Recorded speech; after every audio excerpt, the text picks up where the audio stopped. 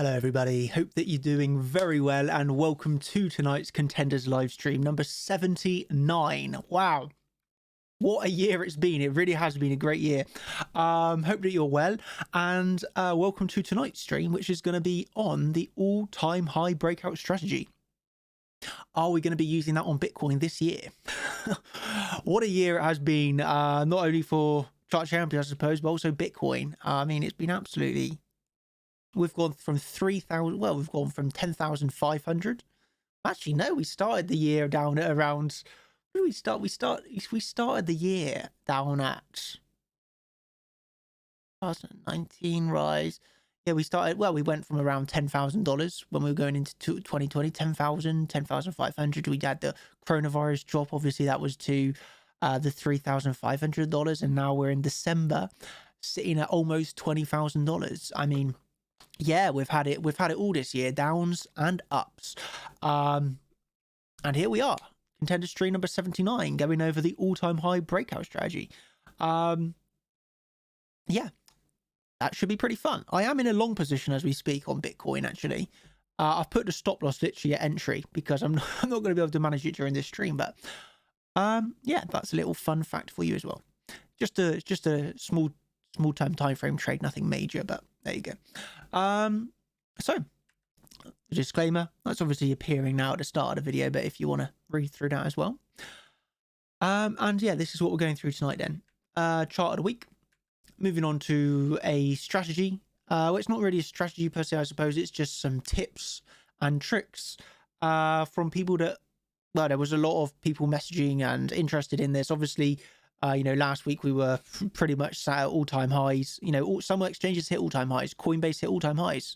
Binance Spot hit all-time highs. So, you know, you did hit all-time highs on some exchanges. Obviously, now we're down at $18,000 a game, but nevertheless, there was a lot of requests for this as we're close to all-time highs. And then obviously ending with our questions. Should you have any? I feel maybe you probably won't. It's not so difficult of a stream to comprehend, really. But maybe you will. And if you do, then that's absolutely fine. And I'll cover those questions towards the end. So, yeah, I've called this trade discovery. This is basically chart of the week. And we just got what I was planning to do. Oh, okay, interesting. A bit of a move up and back down. I'll quickly explain why I took this Bitcoin trade. It really wasn't so difficult. It was actually really easy, to be honest. It was a really easy trade. Does it play out fully? I don't know. But this is what you call a really nice scalp position. Okay, so we had the VWAP. We had the one-to-one extension. Okay, we had this. And we then also had this of the lows. Okay. So I'm like, oh, okay, I have the one-to-one extension on the VWAP on these series of lows. You know, it's worth a trade. My entry was literally at the bottom of the 5-minute candle, so I got filled. Well, actually, no, I took 2 entries on this. I had a really small position. Then I added when we changed 1-minute market structure, and we changed 1-minute market structure down around here. And then once we've done that, I marketed in. We got a little bit of a pullback. We've got another move to the upside. I don't know. Overall 0.5% move. You have to remember, as a scalp trader, 0.5% is really good. So you don't ever turn your nose up of like 0.5% is really good move for a day trader. You know, take a few of those a day, and it's, you know, it's really nice basically. But yeah, the way I'm managing this one is I put my stop loss at entry just because I'm not going to be managing it really. But I know a lot of other people in the champions group took that trade. I saw everybody with their good entries. Basically, we were waiting for it. So, yeah.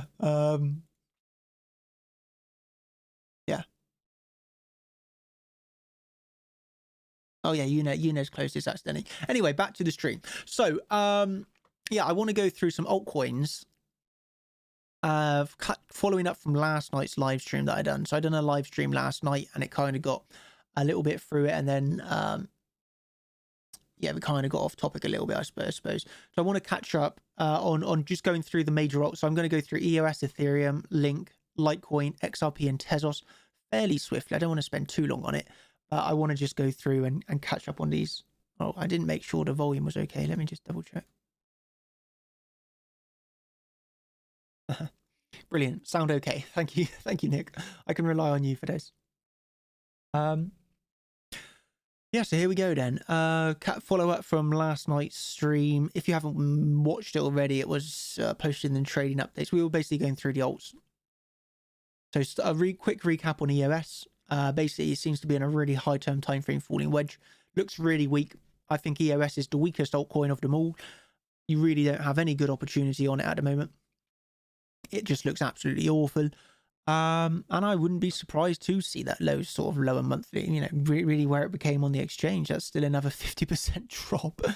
I mean, just at the moment, it looks awful. Let's be honest, it looks absolutely awful. Massive downtrend. Down here is really weak. You had a bit of a move up earlier in the week, and it's just given all the gains back. There's just no reason to be excited at all on EOS. Just looks awful. So there you go. In my opinion, it looks awful. So there's not really so much to say on more on EOS. But falling wedge offers you maybe a little bit of something if you get another move to the downside of this. What we should probably do is line this up exactly. So if we just do with the raise, you get it pinpoint.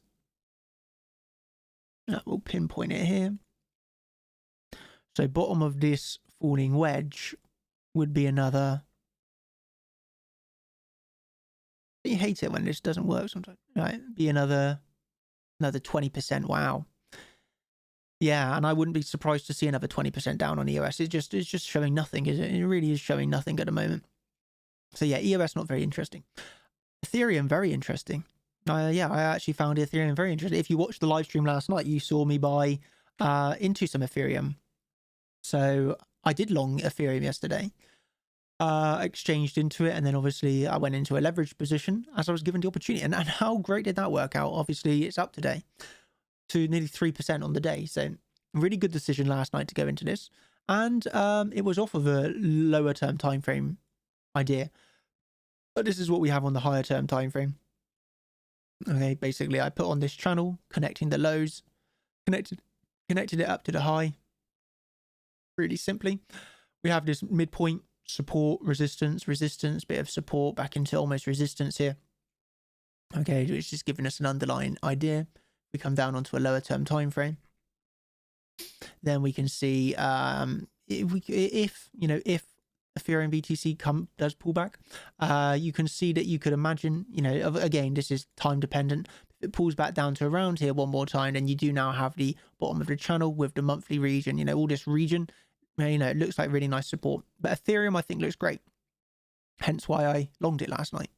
Obviously longed the Ethereum USD pair. I'll go over really quickly, because this is the pair I longed last night, This one, when I was getting into the position, was going for a swing fire pattern of these lows. And I also believe that in the end, this hit the 618 now. The CC, so to speak.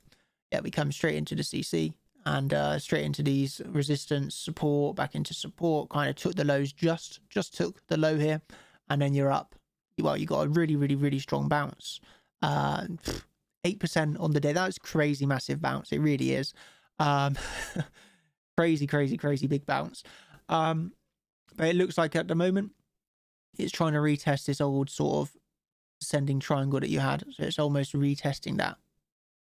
So you've kind of broke down, retest. If it comes back into here and really does get acceptance, it looks great. It would look really good. But it's probably bit dependent on Bitcoin. Maybe it rejects here and pulls back. It's going to be dependent on Bitcoin. So we'll have to see how Bitcoin really goes for the USD pair. Obviously, Bitcoin bounced as well for the 618 last night. So I'll just show you this. So Bitcoin hitting around that 618 and also bouncing. Bitcoin, obviously Ethereum stronger because Bitcoin also come back into retest this triangle, and Bitcoin literally retested and fell down. So it's clear, well, for me anyway, it's clear as day that Ethereum is stronger than Bitcoin. Bitcoin is a lot weaker than Bitcoin. Bitcoin is a lot weaker than Ethereum at the moment. So that's one thing to bear in mind. And it also looks like it's showing some weakness here locally. It is pulling back after this.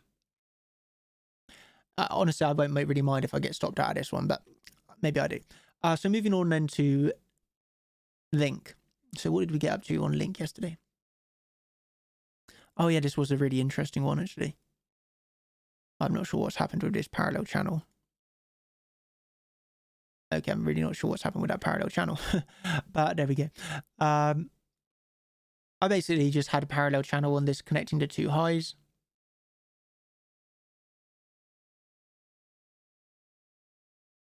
Connecting it down to the first major low down here. This low. And was saying, okay, if we're going to drop down to here, where looks like a fairly nice region, probably around the bottom of the channel, because then you also have resistance back into support. So that would see Link drop down another 20%. Fairly common thing we're seeing around here. EOS possibly has support 20% down. Link has possibly support 20% down. Fairly big drops. Really are fairly big drops. Out of interest. I don't really think Ethereum drops that much, to be honest. Ethereum, yeah, for me, Ethereum looks the strongest. Hence why it was the one I longed last night. But yeah, I'm not really interested in Link where it is. Yeah, give me another 20% to the downside. I'm more interested in it.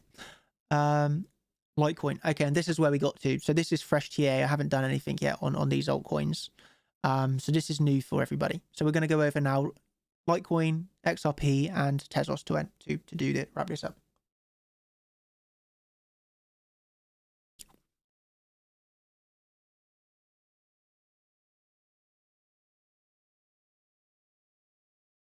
Yeah, honestly, I hate this wick. It makes things very difficult, but there we go. First thing that comes to my mind is, where's the one-to-one? Hit the one-to-one. Oh, we hit the one-to-one there, and it got a bounce of 30%. Nice. But we're through it now. Thing I'd really look for is this.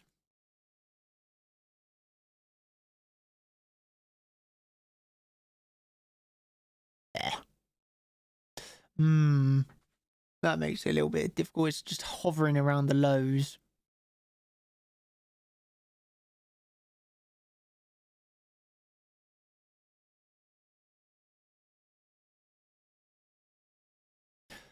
Obviously, this wick, I think I just class as an anomaly. So I'm not really going to include this in any analysis. It's just a bit of an anomaly for me. So I'll take it from the lowest low here. That would see a drop of around 20%. So look at that. You have support EOS 20% down. You have Link support 20% down. You have Litecoin support 20% down. A lot of altcoins got support about 20% to the downside. Obviously, they don't have to go down there. They don't have to go down there. But one would say there's a nice support on a bunch of these altcoins 20% down. And to be honest, this is all the analysis that I need. I can spend 5 minutes. Well, I spent 2 minutes on Litecoin and I can make a decision. I'm not interested in buying Litecoin. Why spend any more time than that? That's all I need. 1 minute to know enough is enough. Again, this is obviously for swing trades. XRP, a little bit more interesting, I think. Obviously, it's one of the ones that bounced the most. What's an exchange which has more data on XRP?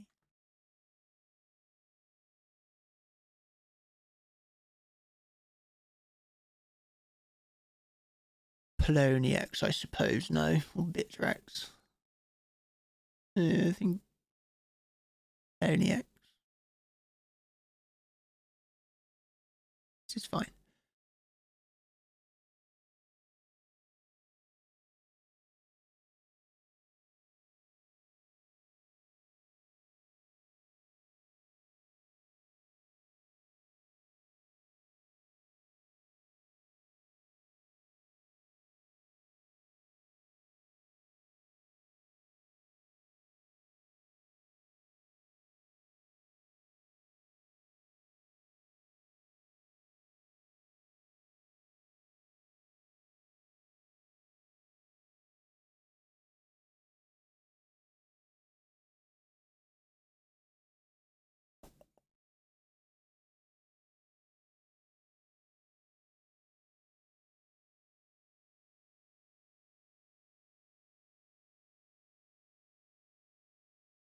Wow.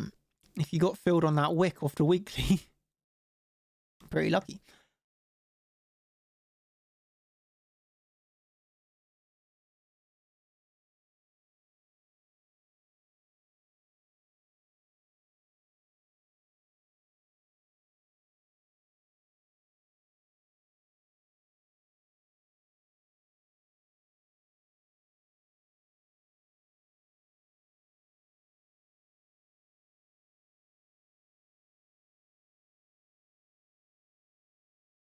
That would be a pretty nice retest. 12% to the downside. And I retested the point of control, resistance back into support.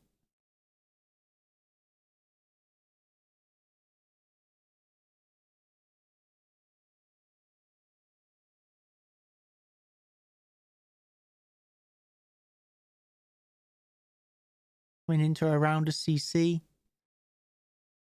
Looks like fairly nice support.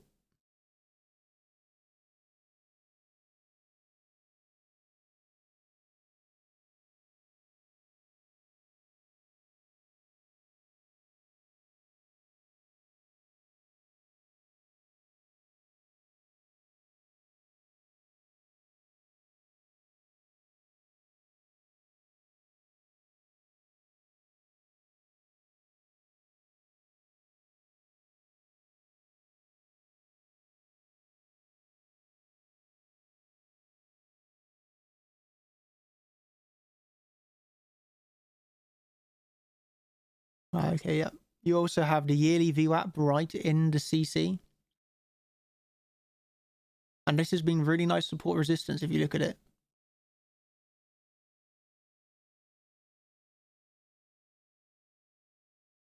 Yeah, so well, it looks pretty nice in that CC. Again, about 20%, 18. Maybe it doesn't have maybe it doesn't. Yeah, but around the same sort of percentage, don't it?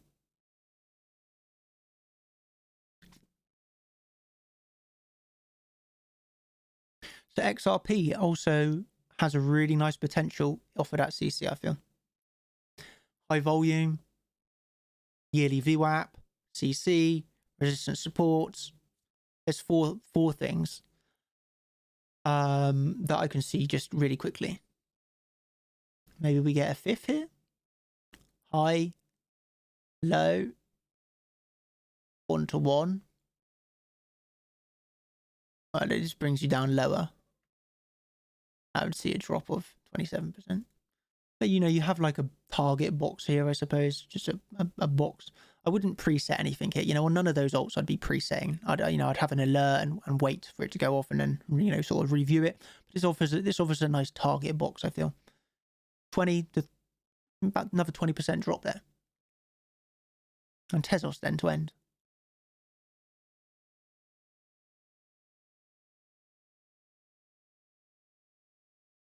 I personally feel Tezos has the best opportunity.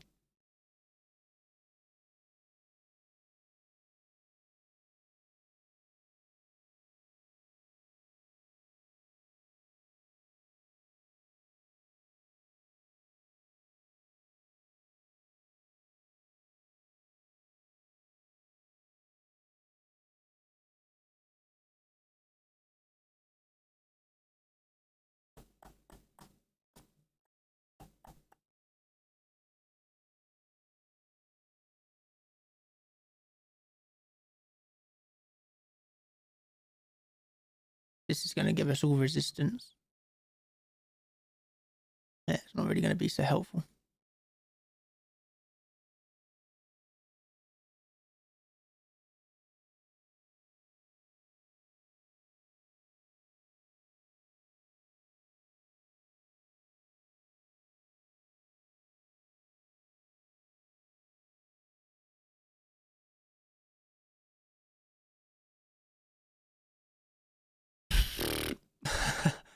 I mean, it's kind of funny, really, but the next weekly is about 20% to the downside as well. I don't know, maybe it's a coincidence here, but it's like every major altcoin has big support at 20% to the downside. well, this is support, obviously, just off of a weekly / all-time low, and I don't know, you can kind of expect it to. I mean, it's below all support, so you obviously, I wouldn't be interested in longing it where it is. But you know, you come down to sort of the initiation of the exchange. You know, you got a bit of weekly. It offers interest, I suppose. It offers interest. Again, I wouldn't. It's pretty hard to like get into a position on this while it's just, you know, it's just major downtrending. So you know, obviously this is a common. I don't know. You check probably 90% maybe of altcoins, and they all look like this. You know, they all kind of look like in these massive downtrends. You know, apart from, you know, 10% look pretty nice. Ethereum, one of those. You know, I think Ethereum looks good. But the majority, we're saying here, the majority of the altcoins look really bad. So yeah, maybe they all do drop another 20%. If they don't drop, then, you know, I just won't trade an altcoin. For me, I'm really not bothered about alts. I make the majority of my money off of Bitcoin, by far. So, you know, the altcoins are just, you know, give me an altcoin, maybe I'll, you know, if there's an opportunity, I'm not going to say no, but I refuse to ever get aggressive on an altcoin unless it looks really, really, really good. And for me, Ethereum looked good last night. But yeah, the majority of these look absolutely awful. Wouldn't be surprised if any of them drop another 20%. Then yeah, that kind of gives me some interest. Give me another 20% to the downside on all of those. Yeah, you got some pretty nice value. You got some pretty nice setups. But yeah, for the moment, for me, they can all drop another 20%, and I'll be happy with that. Bitcoin sideways. I do just want to kind of check here what the volume was like on this. Obviously, I couldn't check.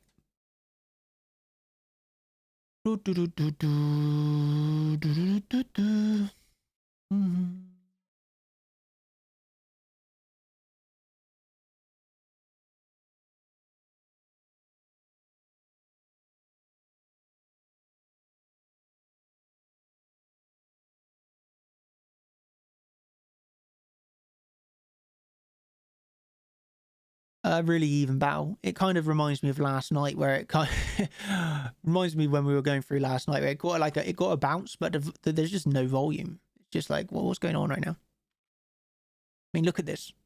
The volume is like non-existent. So you got a bounce, but then the volume is just non-existent. I'm not sure. You know, it's the exact same that happened yesterday, and I'm not saying this is going to happen, but this exact same thing happened. We got a bounce, and then the volume just is gone. There's like nobody wanting to buy or sell after the bounce. And what happened yesterday is it continued down again. I don't want to spend any more longer on it, but all I'm saying is this is the exact pattern that happened yesterday. I took a long yesterday off of a decline in price, and it got a bounce exactly like this, and I ended up basically closing all the position early because there was it done this where there was just like nobody interested. So yeah, this isn't what I want to see. You know, if I see a bounce off of a really big support, I want to see it strength with volume. When it does this,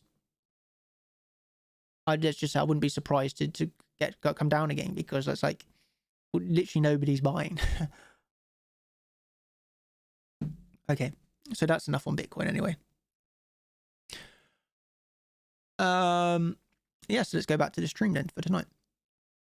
So that was trade discovery, and I think my opinion on the alts is that they can all come down another 20%, apart from Ethereum, which I like a bit more, but the rest of them look average at very best. And just when something looks really average, I just have no interest in it. So all-time high breakouts. Let's just preface this by this can be used on any altcoin, any asset, you know, trading the Forex market, trading the commodity markets, trading what I use it on, primarily the stock market. Okay, so I've not really traded much all-time highs on cryptocurrencies. You know, we traded Link.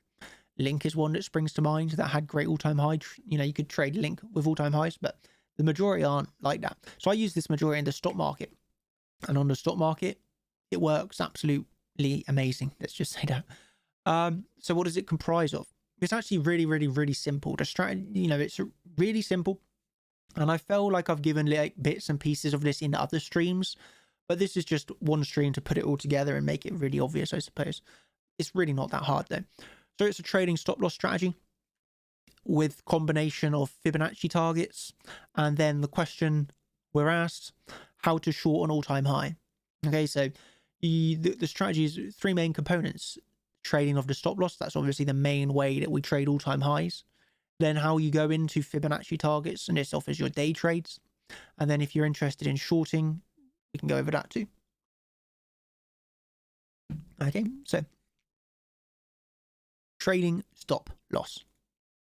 This is my preferred strategy for all-time high moves. Again, I primarily use this in the stock market. Time frames can be adjusted. What I mean by this is, I might say, oh, this is what I like to use on the 15-minute time frame. But then if you are a swing trader, then you can adjust this to the 4-hour time frame or the daily time frame. The time frame that you use this on is highly dependent on what you want to do. So there's no one answer fits all. I can't say, right, do this on the 5-minute time frame, because everybody's going to be different. Generally, I feel it kind of is best used. Well, I feel you can use it from the 15-minute really to the 1 day. I wouldn't use it really higher than the 1 day, but yeah, 15-minute is going to be quite. People are going to like that. I feel people are going to like the 1-hour time frame, and the 4-hour is a really sweet time frame. It's not too small and it's not too large, so you're not throwing away like 50%, 10% of gains because you're using too high of a time frame. I feel like the 4-hour time frame probably is going to suit most people.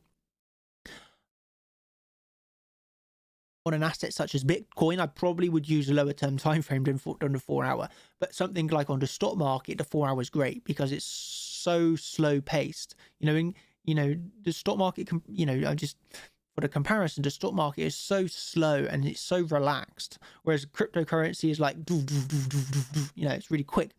So I'd probably use a lower term time frame on on an asset such as Bitcoin. But the stock market's pretty good on the 4-hour or daily time frame.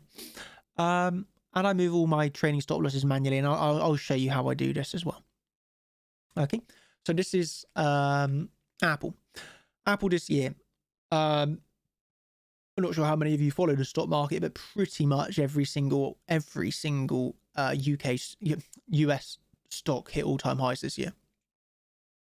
So you could have literally, put on a blindfold and longed pretty much anything this year, and you would have made a lot of money. A lot of things have increased 100% plus, but nevertheless, the stock market is insanely easy. But Apple this year increasing over 50%, and again, this hit all-time highs, and it's like, okay, that's just long. I can remember. You can probably go back to a lot of the streams. Not really a lot, I suppose that's the wrong word, but if you go to the champion streams, I wouldn't have covered this on contenders, but if you go to the champions live streams around around June, July, August time, we spoke about Apple quite a bit, obviously because I was long on Apple and a lot of people were interested. But if you go back to those streams July, August time, obviously this year, and you'd have seen live in the moment how I was approaching Apple, and it's exactly the same what I'm going to go through tonight. Like, so many people still wanted, people were looking to short $80, people were looking to short $90. It's just like, why do you keep on trying to short these levels? As you can see here, hit all-time highs around here, and as you can see, this just from this short alone, going from $66 to $100, big psychological level, $100, and the whole time it's just going up and up and up and up and up. Here you got consolidation areas, but guess what? It's still going higher highs and higher lows. So there's no reason to close out in any of the move, and all we can say is once it broke all-time high, it was just very easy money. So this is kind of what we look at. So these are the higher lows, as you can see. Like, this is a higher low. You can say this is a higher low. This is a higher low. This is a higher low. This is a higher low. This would be your higher low. This is your higher low. This is your higher low. But we only move the stop loss up when the last higher high is broken to make a new higher high. So what I mean by this, let's say we originally entered on this pullback. Let's just say, so we enter on this pullback. When this high is broken, we are still keeping our stop loss there, because I like to use 2 higher lows back. Again, this is a little bit time frame dependent, how much you want to manage your trades, but I like to use 2 higher lows back. So 2 higher lows back. We only move the stop loss up when this is broken again. So as we make this high, we then have 1 high low back, 2 high lows back. And this is, at this point, it takes the new high. Okay, so when we take our new high, we can then move the stop loss up from if you've got a new one made, 2 high lows back. And we're only moving that stop loss up when the high is taken. So that gives you space for pullbacks like this. You know, this is a large pullback, but it doesn't take out any of the last high lows. So it's kind of like making your gain as big as possible, really. And again, when we take out this high, as you can see, this is when the high is taken out, we can then move the trading stop loss up again. Okay. When we take out this high, for example, here, that's when we can move our stop loss up again. When we take out this high here, that's when we can move the stop loss up. So we're only moving the stop loss up when the high is taken and to form a new high. Otherwise, it's a little bit risky. Again, if you want to play it a little like conservative, it's a bit risky trading it, moving it up before you make a new high. Well, that's what I do anyway, and you're here for what I do. So that's what I would do. I would only move the stop loss up. And you have to remember, the way that I trade the stock market is extremely different than the way I trade cryptocurrency. Just bear that in mind. I'm a very hands-off approach when it comes to the stock market. I'll happily sit in an asset for a year, to be honest with you. Like, I don't really care holding a trade for a long period of time, because some of these trades I just have zero reason to close. So yeah, this is the way I like to manage it. Just moving up the stop loss, seeing the gains. Obviously, I'm paying some fees on this. You have to kind of weigh this into the factor. You're paying overnight fees on some of these exchanges or brokers, but yeah, when the moves up are so big, I don't really care. So this is how you would do. I know the majority of people here trade on Bybit. So this is how you would do this tactic on Bitcoin, for example, or Ethereum, or XRP, or any asset on Bybit. It's really simple. So you would use a conditional market order to get out of the trade in profits, manually dragging the conditional market order with each new higher low made. So really simply, go into conditional, click on market. You can either use this on mark or last. It's going to make a great deal of difference. You can maybe move it to mark if you want. Let's say that we're in a, I don't know, $100,000 long, then we would obviously enter the quantity here of $100,000. And if we're in a long position, we would put on tick close on trigger. So this is only going to reduce our order and not open a new order. And then we would click on sell. So that would obviously close our long by closing the trade. And then I haven't got this loaded up. I can give you an example of this. Let's just do this for a second. Pretty sure I'm on the... Yep, we are in a thing here. Oh, this is beautiful. Bitcoin is bouncing right now. Anyway, for an example here, what we would do is, this obviously is in no position, this account. But if we were in a position, let's just say we were in a long, what we would do is click on conditional.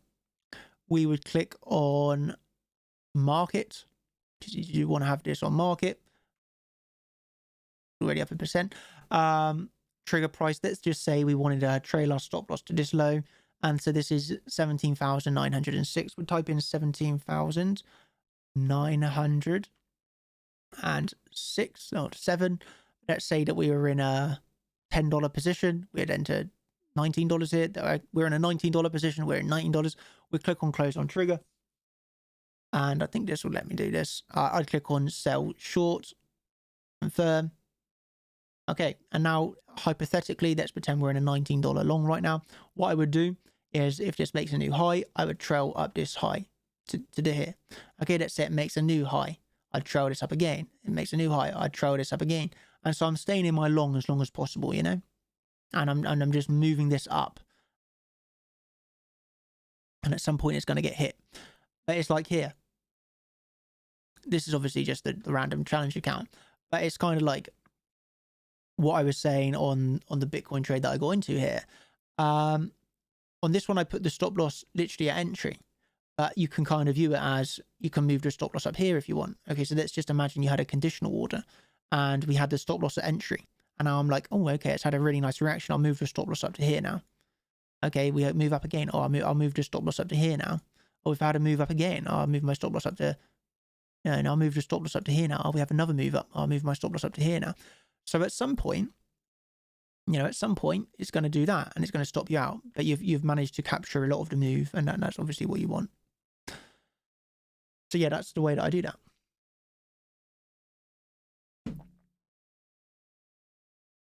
Fibonacci targets then.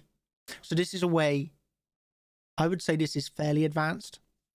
Well, not really advanced, but maybe not recommended. Yeah, maybe not recommended is the right word. Well, it's recommended if you know what you're doing. If you don't know what you're doing, you can get into a bit of trouble. Fibonacci expansion and extensions, and obviously this refers to the live streams that we've done. You know, I've done live streams on expansion and extensions. I've done live streams on the negative Fibonacci, and I've done live streams, you know, Fibonacci period. So for the specifics of how to use these tools, I refer you to those streams. But these are the 3 tools that we use. Again, we've got really nice examples here on Apple. So Apple, I mean, this was just, oh my God. Yeah, this was amazing. Let's be honest. This was absolutely amazing what happened with Apple this year. We pulled our fib from the low in 2019, or 2018 it would have been. From the low to the high, 2020. So we're taking our fib from low to high. Apple pulled back to the 618 Fibonacci with resistance support to the absolute dollar. Like the biggest stock in the world,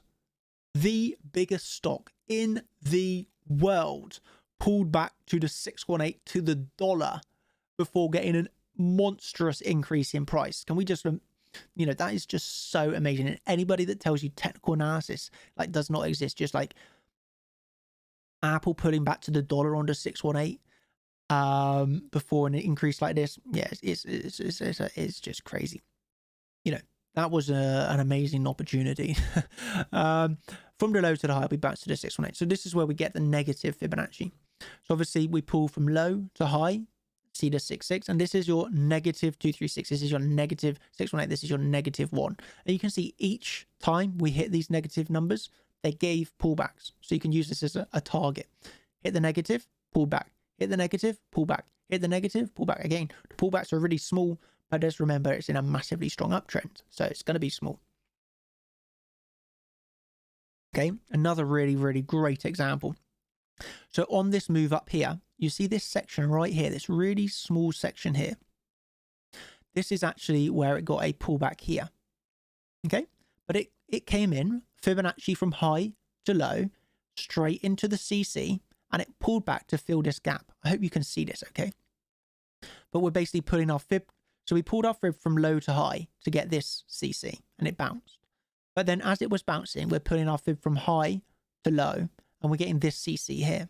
And we can see it offered a pullback, it filled the gap, and then it continues to the upside. So with this in mind, the CC here is again being really great.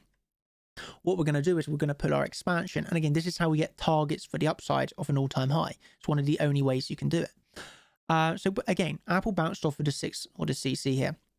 So when we pull a Fibonacci expansion for targets, this is giving us targets to the upside. Again, look how well they work. Really, really, really amazing. 0.236, or this is your expansion 236.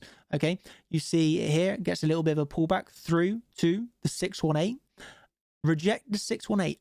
Oh, basically to the dollar. Come back to your old resistance of the expansion before moving up again. Hits the 1. Doesn't really do much. It holds for a few days before through to the 1.618. 1.618 pulls back to the 1. Bounces, you know, and then it's entered a consolidation period. But, you know, if you've, let's just say, for an example, at the 618, you took profits. What you could have done is taken profits at the 618 and then added it back on when it come back into your resistance support. So you don't, I wouldn't really be saying, oh yeah, let's short this level, let's short this level, let's short this level. No, but I would say, yeah, this is a good take profit, especially because this was the $100 big psychological level. Square has to be one of my most favorite stocks in the world. And I can give you a really great example of this. Okay, so one of my favorite stocks, which made me a lot of money, it just reminds me, SQ. When this hit $100, this was so perfect. If we go on to like the weekly, we can't even go on the weekly. We're going to just go on to 12-hour chart really quickly. But yeah, this was incredible.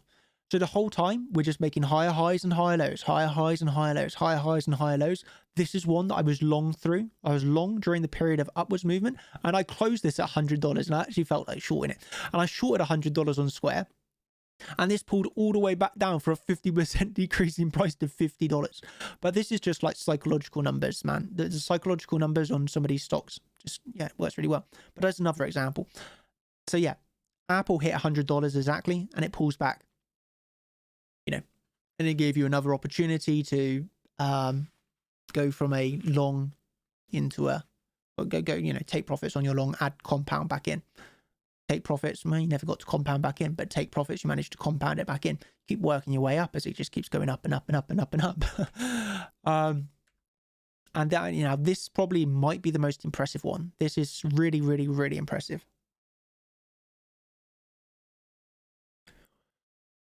Yeah, we're taking a Fibonacci from low to high to low. So we're going low, high, low. And the confluence that you had here is just absolutely outstanding. This is the one-to-one extension.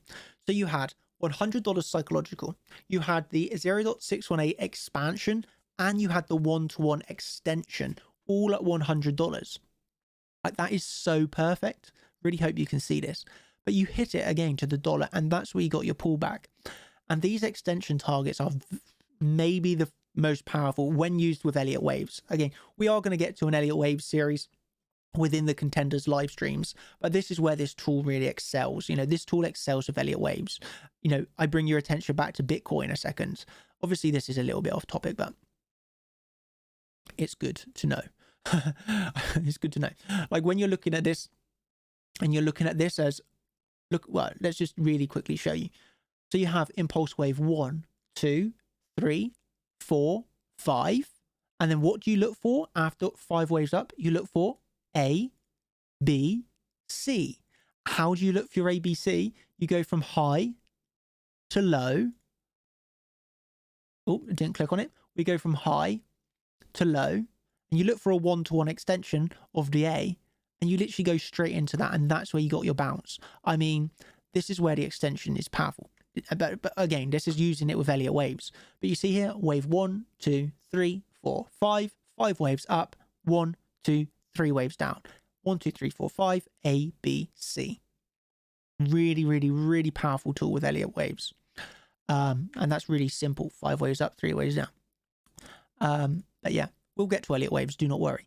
But yeah, this is where the extension tool excels, obviously. But this looks like wave 1, 2, hitting a third wave at the 1.61 expansion. Like, this is exactly what you would expect. Like, 100% Elliott wave would have got you this. Should have got you the whole move. Wave 1, wave 2, wave 3 at the 1.618 extension. This is a wave 4, and this can be put in a triangle. So this is like really nice wave 4, and you probably expect it to come up again for wave 5. Okay, so how to short in an all-time high.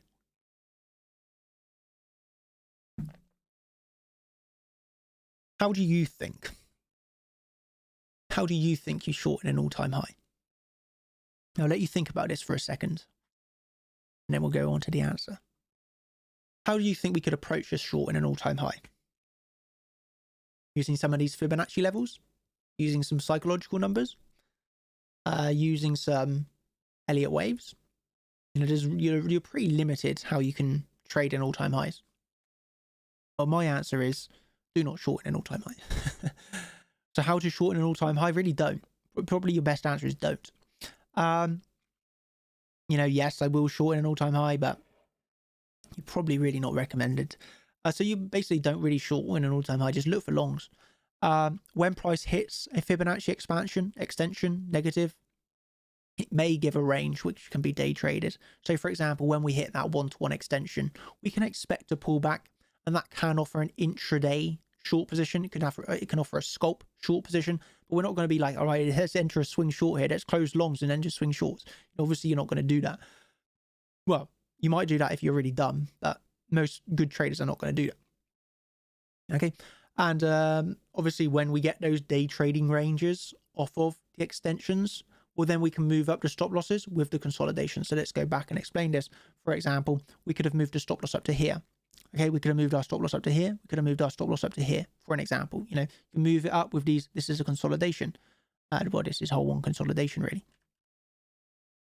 But yeah, move up the stop loss with the consolidation / higher lows. Oh yeah, this is Nvidia. So this is my one. This is my one. So this is the Nvidia chart, which I have made thousands of percentage on. This has been my #1 moneymaker over the years. The trend, though, has always been up. Okay, the trend has always been up on this since I started trading, and strongly up as that. And it has had no signs of turning around yet. Thus, I only swing long Nvidia. And this thing is just insane, amazing. I absolutely love it. And even now, I wouldn't even think about shorting Nvidia because this is just so strong. But you can see here, it's just going higher highs, higher lows, higher highs, higher lows, higher highs, higher lows, higher highs, higher lows, higher highs, higher lows, higher highs. You can put in a higher low at $300 and it still goes on. I've shielded this a lot inside of the group as like, this is my kind of baby. This is my stock. This is the one that made me too much money. But Nvidia is just so easy. Like, if there's anyone that's ever said like trading is easy money, you look at the stock market and it kind of is easy money. You know, cryptocurrency is hard. Cryptocurrency is a challenge, but the stock market is like, the stock market is just so easy because everything just keeps going up and up and up and up. Like, all you need to do is long these things. It's just crazy. But yeah, that's how you trade all-time highs, really. Trail up your stop losses. You can use your Fibonacci for targets, which may give you day trading ranges. But at the end of the day, all we're looking for is continuation to the upside. You really don't want to be looking for shorts, let's be honest. You want to move up your stop losses with each area of consolidation / the higher lows, and you may get pullbacks at your Fibonacci targets, but you would not blindly short that. Yes, you could look to take profits and compound back on if you get a drop. Okay, so it's pretty simple. Really is pretty simple. I know the text doesn't show on this. Sorry. Don't expect anything to go up forever. Okay, especially cryptocurrency. So don't expect it to just go up and up and up and up and up and up and up. Okay. Using a good trading stop loss strategy can let the winners run. So what we mean by this is by trading up those stops when it eventually turns around, because it will eventually turn around. It isn't going to go up literally forever. When it does turn around, though, then you get stopped out and you've let your winner run. Instead of locking in too early for 5%, you've let it run for 50%. So you let your winners run with this strategy. So, any questions? See what we got.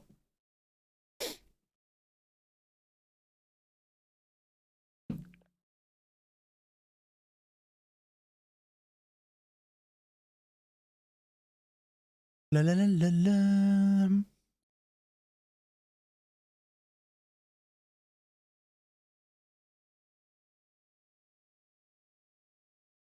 I have a feeling they have all been answered. Victor, the legend, has been going through and looks like he's answered all the questions. Yes, everybody got it right. You don't short. You know, there's really no need to short in an all-time high. Look to buy the dip. That's what I do. I would look to buy a dip than short. So these are the only questions that might not have been answered. Yeah, I would be happy to scalp shorts in all-time highs. You know, I would scalp, but nowhere would I swing trade. That is short, keep a while scalping, simple levels, yes, but yes. So you can expect to pull back off of like 1-to-1 extension, 1.61 extensions. Obviously, it's highly risky. You wouldn't preset there, but if you start to get a pullback off the level, you know, and it forms like a range, you can be in like a daily uptrend, and then you get like a 1 hour range, and then obviously you can short in a day trading, scalp trading, yeah, absolutely. But you're not going to be looking for swing trades off of and in an all-time high a short position. So we just use the common fibs and extension and extend run. Yes, 100%. So if you need a refresher on that, obviously I've done the 3. In the Fibonacci course, there's like 8 parts. So it's all covered in there on how to use the tools. Nope, I do not use the TD indicator to get our extensions. Yes, they're just the cat standard ones. So generally you're looking at the 1.618, 2.618, nothing like special. You only, yes, I would only use this strategy in all-time highs. Can we do some order book today? Nope, not today. Are there other situations when this works? I suppose yes, you could, although I would only use this in an all-time high, you could, for example, use it on Bitcoin, even though it's not in like an all-time high, it is in a massive daily uptrend. So you could potentially use this strategy in a daily uptrend such as this. All you have to remember is this is obviously not as strong as an all-time high. So like if you compare the difference in strength, this is not as strong as an all-time high. All-time high is really, really, really strong, whereas this is not. So that's one thing to bear in mind. But yeah, you can use this strategy, trading up stops on each consolidation period. Okay. I don't really like to do this. Well, let's just say I think it works a lot better if the thing's in all-time high. But looking at day trades, I'll trail stop losses using this method. So yeah, you can use it. It doesn't have to be all-time high. I suppose actually no, it doesn't have to be all-time high. To be honest with you, actually no, it doesn't. You can kind of use the same strategy even when it's not all-time high. Big uptrends like this makes sense to look at it, I suppose.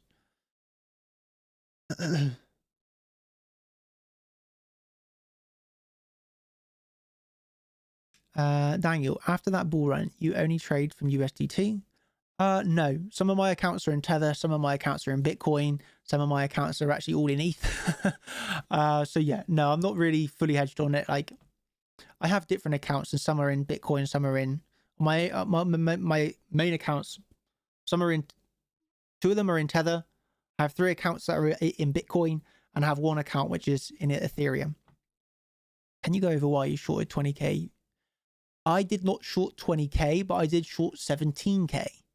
And I can cover that. Why not? I think I've gone over this before, but let's go over it again. So yeah, I did not short this. I did not short this. Oh, this is the wrong period. We need to go back even for, oh yeah, we can't get it on this chart, can we? Coinbase. I traded this on BitMEX, but there you go. Yeah, so I did not short this at all-time high Bitcoin. I did not short this. What I done was shorted 17,000 because you had a really, really, really nice confluence. Okay. This is going back a little bit in the past to try and remember what I had here. I believe what I was looking at was a Gartley harmonic pattern when I first took this short. I need to go back. I remember. We are going to have to go to the BitMEX chart. Let's just go. Because this is where I traded it. It's easier to remember. Okay. So what I had was a Gartley harmonic. And this was one of my main, I love to trade Fibonacci basically. And we had our move to the high. We had our move back down. And then this is where I was looking for my shorts. From here, it was from like around the 17k regions, because I'll show you in a minute what the confluence was. And then obviously was looking for this to come back down. Okay. But what we had in here was our high volume point of control. We had our point of control in here. This was a few years ago now, but I believe we had our point of control in here. Just loads.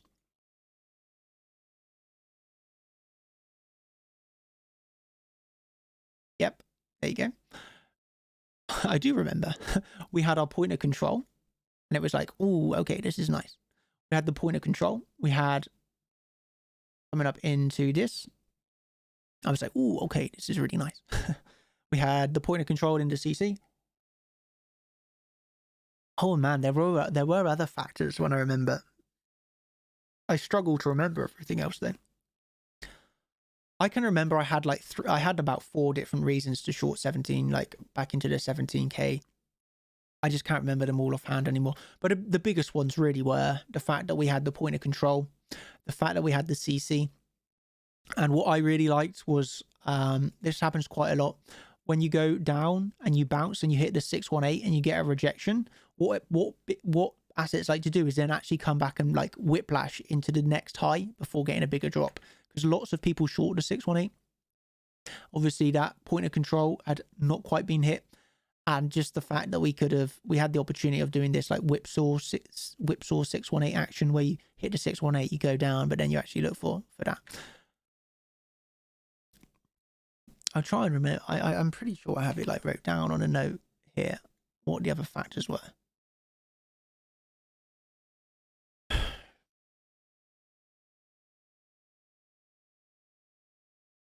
Yeah, so I do have notes here from a 20k short.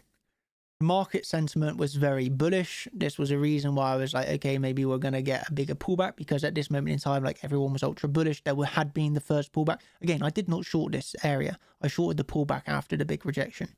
This was a big rejection. And then like when you get a big rejection, it's like, okay, the risk is fairly small in comparison to the downside potential. And at this point, you have to remember, when I was shorting 17k, I thought that we could have hit levels such as $1,000. So, you know, I was really bearish on Bitcoin. I don't know why I was so bearish, but I was. And it obviously went to 3k in the end. I had targets like $1,000 because I thought this was just way too overextended. And I do remember that futures, the CME futures, maybe not mean CME, but basically your futures came out in around December, and that's when the pullback started. And it was just like, okay, I think retail's had their fun and this is time for a correction. And I was correct on that. It did get a correction. But yeah, what I was saying here is sentiment is very bullish. Possible 777 setup. I think this would have been this. Yeah. So you come here on the 7th. I can't remember what the other 7th. I really can't remember this. I'm just reading the notes. 12,600 HS.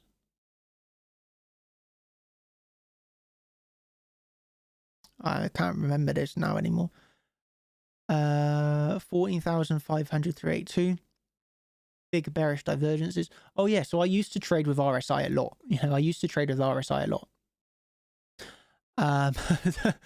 Fun fact. I don't know, I've got here bearish divergences, bearish Elliott wave count, 16,850 point of control, distribution schematic, 80% chance to retrace more if it loses value area high. Look at this little note. This is very interesting.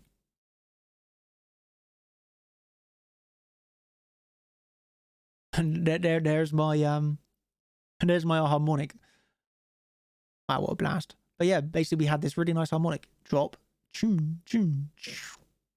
so we had two harmonics. So this is the other one that I was looking at then. So I had from the high. Ah, yes, I do remember this now. So we also had this, which is obviously a bit more of a bearish harmonic coming up into that CC. So you had like the Gartley almost within the Gartley.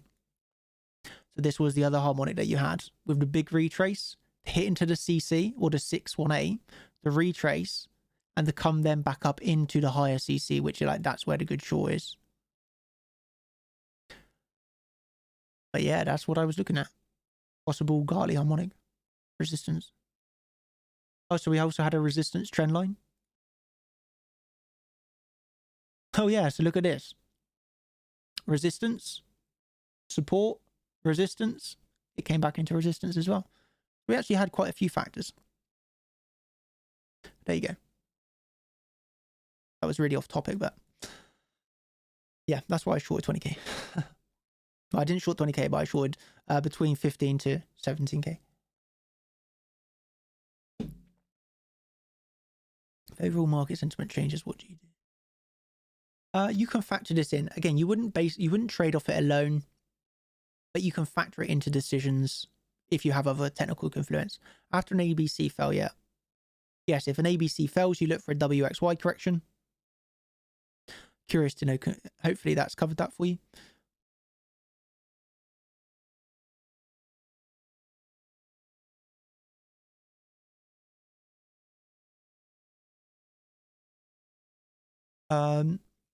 I only trade stocks which I believe in personally, so I have a little bit of a connection to them per se.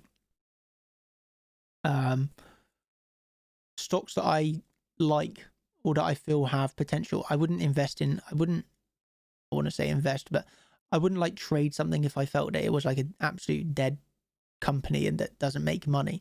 So I guess a requirement for me is that the company I'm looking at, it actually makes money. Yeah, so I guess I do factor a little bit of fundamentals into the stock market.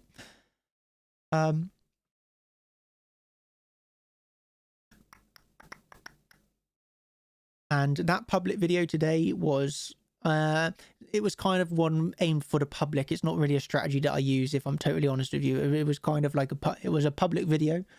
I wouldn't really put too much emphasis on it. I don't really use that strategy, if I'm honest with you. So take care, I suppose, with what you watch on my public YouTube, because I would be honest with you, I never actually trade using that strategy. So yeah, it was just kind of for a public YouTube video. Could still be helpful, of course, but I don't actually use it. But that's all the questions then.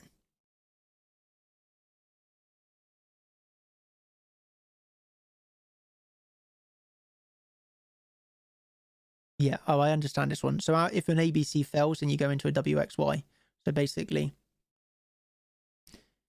you go ABC. Obviously, after an ABC, you expect an impulse. But if this fails, then you get an X, and then you go down for another ABC, and that becomes a W, X, Y. ABC, X, ABC. So I understand that question. It's okay. And let's see, any other questions? Give the public scraps. Yeah, I kind of just wanted to test out. Basically, I had a new editor. So some editor come to me and was like, you know, I can edit a video for you. Or maybe, you know, a series of videos sort of thing. And I was like, okay, let's see what this goes like. But yeah, it's not really a strategy I use, but there you go. Yeah, but that's all the questions then. So I will say thank you ever so much to everybody that has joined me tonight. I hope that it has been helpful for you. Again, the strategy is really, really, really not hard. It was pretty requested, so there's the all-time high strategy that I use. Amazing on the stock market. It can work for cryptocurrency, maybe lower the term timeframes. Fibonacci, as always, so helpful. And shorts, yeah, you only would look for scalps, no swing trades. But there you go. I hope that this has been helpful, and I suppose I'll catch you over in Discord. Have a brilliant week ahead, everybody. And oh, actually, we haven't finished this. Obviously, the Champions live stream. I'll catch you over on Sunday for the Champions live stream, where we're going to continue going over the setups. I feel it's working really well.